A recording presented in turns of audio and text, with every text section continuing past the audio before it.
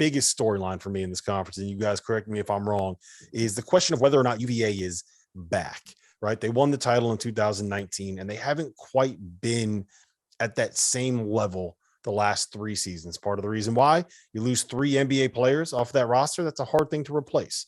So where do you guys stand on what this Virginia team is? It feels like this is the most buzz, RC, that they have had probably since that team that was coming back after losing to UMBC. Well, they got their whole starting 5 back, and this team started playing better basketball later in the year. I think they'll be right there competing. They're an old team. I mean, you know, they're experienced as anyone else in this league. I mean, Kie he's on the national championship team, and he's still playing. So not many teams return 5 guys. So they're getting 5 guys. What was it like guarding him? Because he was a freshman your senior year, right? That's what it feels like. I teased him about that. I teased him. I tell you why I'm so high on him now is because I had concerns about him. I early on, because this team struggled to score. I mean, they went 10 minutes or 12 minutes of a half without a field goal, but they got depth. I think adding, you know, I asked Kihei and I asked actually Coach Bennett, and they were bragging about the Isaac McNeely kid, saying that because he not only his ability to shoot, but you know, he can make shots for him, which they're going to need. But if you don't defend, you can't play for Tony. And he played pack line in high school, and that's an adjustment that freshmen struggle with. He played it in high school. That's going to speed up his transition for a freshman. That's going to allow him to play. Mm-hmm. Caden Shedrick will be better. Yep. Kihei's Kihei, right? Like, he is what he is. They had a Ben Vanderplas who's just kind of a Swiss Army knife type guy. They'll bring off the bench. That's a veteran. That's the big thing. He can shoot it some. Yeah, he can shoot it. McNeely, like RC said, can really shoot it. And to me, I think the biggest difference is, what's Tony Bennett all about? Developing, right? Developing, being older. And he had a bunch of new dudes last year for the most part, right? Jaden Gardner, good player, first year in their system after transferring in. Armand Franklin, same thing. He couldn't make a shot. Now those guys know Tony Bennett, his system. He knows them. I just feel like, again, nobody's hurt more by the transfer portal and all the turnover to me than Tony Bennett, because he needs consistency. He needs retention.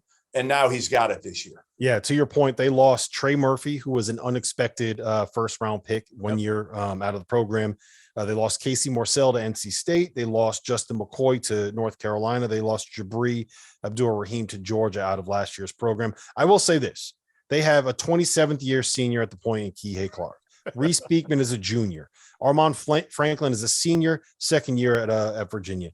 Jaden Gardner is a fifth-year senior, second season at Virginia. Caden Shedrick is a redshirt junior, and they have 2 fifth-year seniors coming off the bench. They are as experienced as anybody in college basketball, and that stuff matters. I want to ask you this, RC. Reese Beekman, they need him. He can do everything except go get you a bucket when you need it. Right. I think he's going to be able to add that this year. He doesn't have to be great at it because, as you know, they're going to control the pace. He just needs to be good, and just take a step. All he has to do is get better. And he is, of all these guys we know we're getting, he's the one guy that we feel like, other than the additions to the team, he's the one guy we feel like can add something to his game to get better. I think he will. We'll see what system will they run. Will they run a traditional, will they spread it out a little bit? I think he's going to tinker a little bit with his offense. But either way, I think Reese Beekman is the guy that can add a little bit. And that's all they're going to need, because it's going to be the first one to 60 if you want to beat Virginia. 5 of the last 9 years, Virginia has won the ACC regular season title. Are you betting against them? I know Carolina, everybody loves them, myself included. But gun to your head right now, Carolina or Virginia, guys, to win the ACC regular season title. Who are you taking? Well, I would say this. North Carolina at Bet Rivers is plus 150 to win the regular season title, and Virginia is plus 700 to win the regular season title. I'll take Virginia. Duke is second right now in that ranking at plus 300, 3-1. If you're going to ask me who I'm picking straight up, it's going to be North Carolina. If you're asking me who I would rather bet on right now, lay $100 on them, I'd rather lay $100 on Virginia at plus 700 than North Carolina at plus 150. Those are great odds. That's a good answer. That's a lot of money. That's a great odds of it. But I think the experience that Carolina has, I think that's the biggest thing, and their ability to score. I think that's the hardest thing. They're going to be able to hurt you in so many different ways with so many shooters. They got a guy inside you can't guard. Virginia likes to double the post. So that means someone at North Carolina is going to get an open shot or a closeout.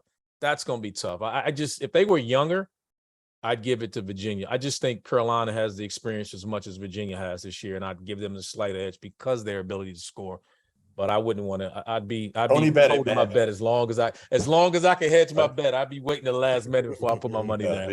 Me too. I will say this: if you're into the futures betting odds and getting into the futures market, make sure you subscribe to the Field of 68 Daily. The link is in the description below. We use Beehive as our server there.